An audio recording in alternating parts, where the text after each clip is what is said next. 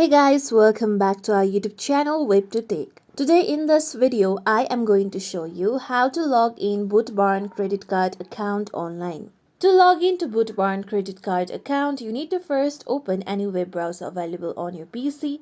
I am going on with Google Chrome.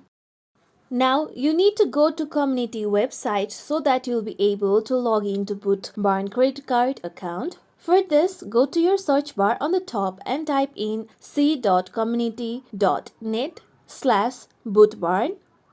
Then press on enter. With this, you will be taken to the official website to log into Boot Barn credit card account. Now, here you can see sign in option present on the top. Now click on sign in option. After this, here you can see sign in box present on the right side. You need to first enter your username on the given space. After this, you need to enter the correct password of your credit card account. With this, if you want your credentials to be remembered, then you can click on the option of Remember Me. After entering all your credentials, then click on Sign In.